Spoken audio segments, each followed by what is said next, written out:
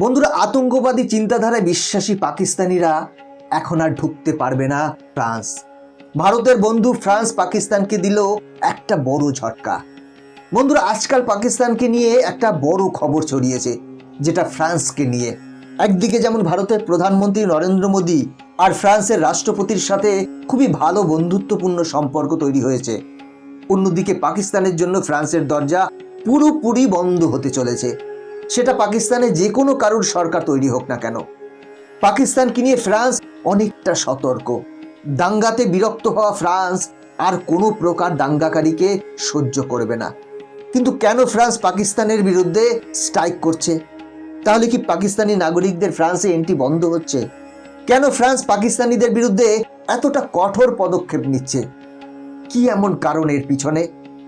বন্ধুরা, সমস্তটা জানতে পারবেন আজকের এই ভিডিওতে, তাই ভিডিওটা মন দিয়ে শেষ পর্যন্ত দেখুন। তাহলে চলুন শুরু করা যাক। বন্ধুরা, ভারতের প্রধানমন্ত্রী নরেন্দ্র মোদী বন্ধু দেশ ফ্রান্সে মাঝে মাঝেই ভ্রমণ করেন, কিন্তু এদিকে ফ্রান্স পাকিস্তানিদের এমন একটা ঝটকা দিয়েছে যার ঘোর এখনো পাকিস্তান কাটিয়ে উঠতে পারছে না। শোনা যাচ্ছে এখন পাকিস্তানি নাগরিকদের ফ্রান্সে এন্ট্রির উপর ব্যান্ড লাগানো হয়েছে। পাকিস্তানের ইসলামাবাদে ফ্রান্সের এই স্ট্রাইককে নিয়ে অনেক শোরগোল তৈরি হয়েছে। বন্ধুরা, ফ্রান্স নিজেদের দেশে হওয়া দাঙ্গা নিয়ে অনেক চিন্তিত। ফ্রান্সের পুলিশ আজ নিজেদের মতো করে অ্যাকশন নিচ্ছে আর দাঙ্গাকারীদের গ্রেপ্তার করছে। ফ্রান্সে চলা এই দাঙ্গার মধ্যেই ফ্রান্স পাকিস্তান সহ বিভিন্ন মুসলিম দেশের লোকেদের জন্য ভিসা বন্ধ করার সিদ্ধান্ত নিয়েছে। ফ্রান্সের নেওয়া এই সিদ্ধান্তের জন্য পাকিস্তানের রাজনীতি এখন বেশ গরম হয়ে আছে।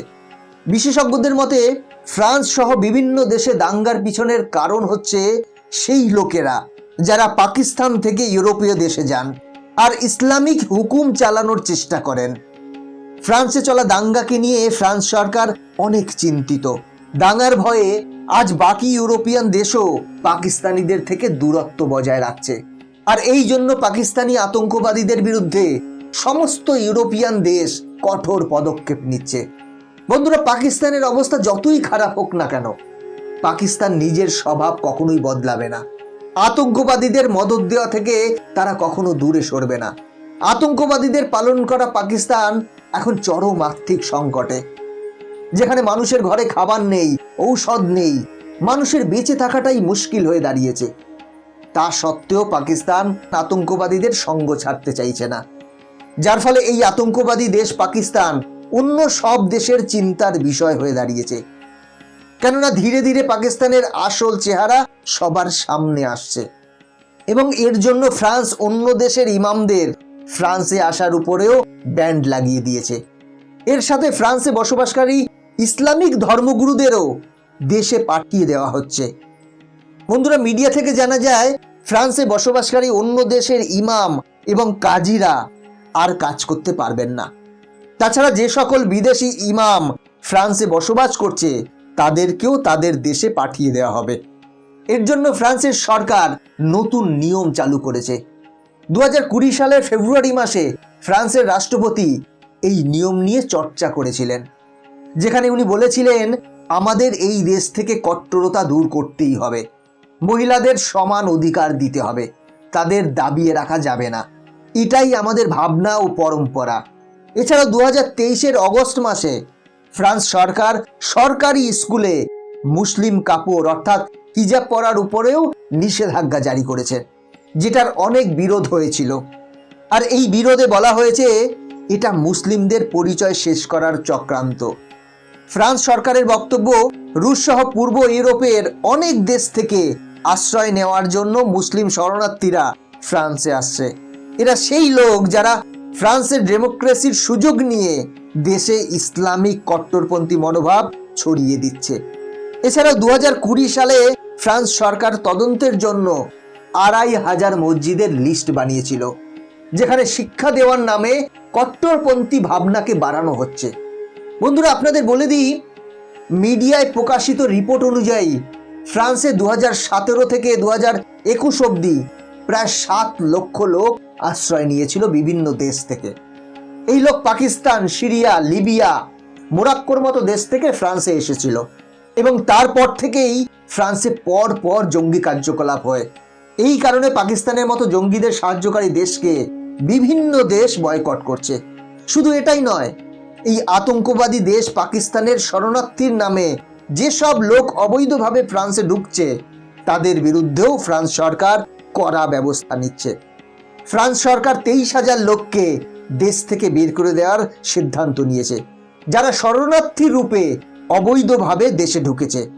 এদের বেশিরভাগ লোক পাকিস্তানের এবং বাকিরা সিরিয়া, লিবিয়া, মোরাক্কো সহ 10টি দেশের লোক। বন্ধুরা, আপনাদের জানিয়ে রাখি, এর আগেও ফ্রান্স সরকার প্রায় 38,000 লোককে দেশের বাইরে বের করে দিয়েছে, কারণ ফ্রান্সের সরকারের অবৈধ লোক একদমই পছন্দ নয়। অনেকবার ফ্রান্স সরকার ঘোষণা করেছে যে দেশে কট্টরতাকে একদম সহ্য করা হবে না। ফ্রান্সে এমনই এক কট্টরতার বিষয় সামনে আসে, যেখানে দেখা যায় এক মুসলিম ধর্মগুরু ইমাম মেহজুবি ফ্রান্সের জাতীয় পতাকার অপমান করছে। সেই ইমাম ফ্রান্সের জাতীয় পতাকাকে শয়তান বা রাক্ষসের মতো দেখতে বলছেন। এই ইমাম মেহজুব মাঝে মাঝেই সোশ্যাল মিডিয়ায় উস্কানিমূলক মন্তব্য করেন, কিন্তু যখনই তিনি ফ্রান্সের জাতীয় পতাকার অপমান করেছেন তার কয়েক ঘন্টার মধ্যেই তাকে দেশ থেকে বাইরে বের করে দেওয়ার আদেশ জারি করেছে ফ্রান্সের হোম মিনিস্টার। সাম্প্রতিক বেশ কিছু ঘটনাকে দেখলেই বোঝা যায় ফ্রান্সে পরপর কয়েকটা দাঙ্গা ও আতঙ্কবাদী হামলা হয়েছে, যেখানে বেশিরভাগ দাঙ্গার পিছনে এই মুসলিমদের হাত রয়েছে বলে জানা যায়, যা দেশের শান্তিকে ভঙ্গ করছে। বন্ধুরা, যেখানে দাঙ্গা ও আতঙ্কের প্রসঙ্গ আসে সেখানেই পাকিস্তানের নাম প্রথমেই আসে। এই কারণেই ফ্রান্স পাকিস্তানি জঙ্গিদের বিরুদ্ধে কঠোর পদক্ষেপ নিচ্ছে। বন্ধুরা, পাকিস্তানের দুর্দশা দেখুন। শুধু ইউরোপীয় দেশ নয়, কট্টর ইসলামিক দেশ যেমন ইউনাইটেড আরব এমিরেটস প্রায় 950 মতো পাকিস্তানিদের বাইরে বের করে দিয়েছে। তাদের একটি জাহাজের মধ্যে ভরে দুবাই থেকে বের করে পাকিস্তানে পাঠানো হয়েছে। দেখা যায় কোনো শান্তিপ্রিয় দেশ পাকিস্তানিদের নিজেদের দেশে থাকার অনুমতি দিচ্ছে না, কারণ পাকিস্তানিরা দাঙ্গা ও আতঙ্ককে ছড়াতে ভালোবাসে। একদিকে আমাদের দেশ ভারত, যা দ্রুততার সাথে বিকাশ হচ্ছে, বিভিন্ন মুসলিম দেশ ভারতীয়দের জামাই আদর করছে, তাদের দেশে ভিসা ফ্রি এন্ট্রি দিচ্ছে। অন্যদিকে পাকিস্তানি লোকেদের বিভিন্ন দেশ থেকে বাইরে বের করে দেওয়া হচ্ছে।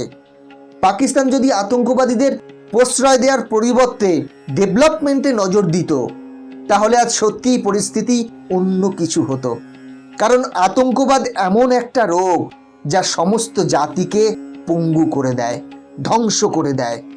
তো বন্ধুরা, আপনাদের কি মনে হয়, মুসলিমদেরকে ফ্রান্স থেকে বের করে দেওয়ার সিদ্ধান্ত কি সঠিক না ভুল? কমেন্ট করে অবশ্যই জানাবেন। আজকের ভিডিও এখানেই শেষ করছি। পরবর্তী ভিডিও দেখার জন্য চ্যানেলটি সাবস্ক্রাইব করে বেল আইকনটি প্রেস করে রাখবেন। ভালো থাকবেন, সাথে থাকবেন।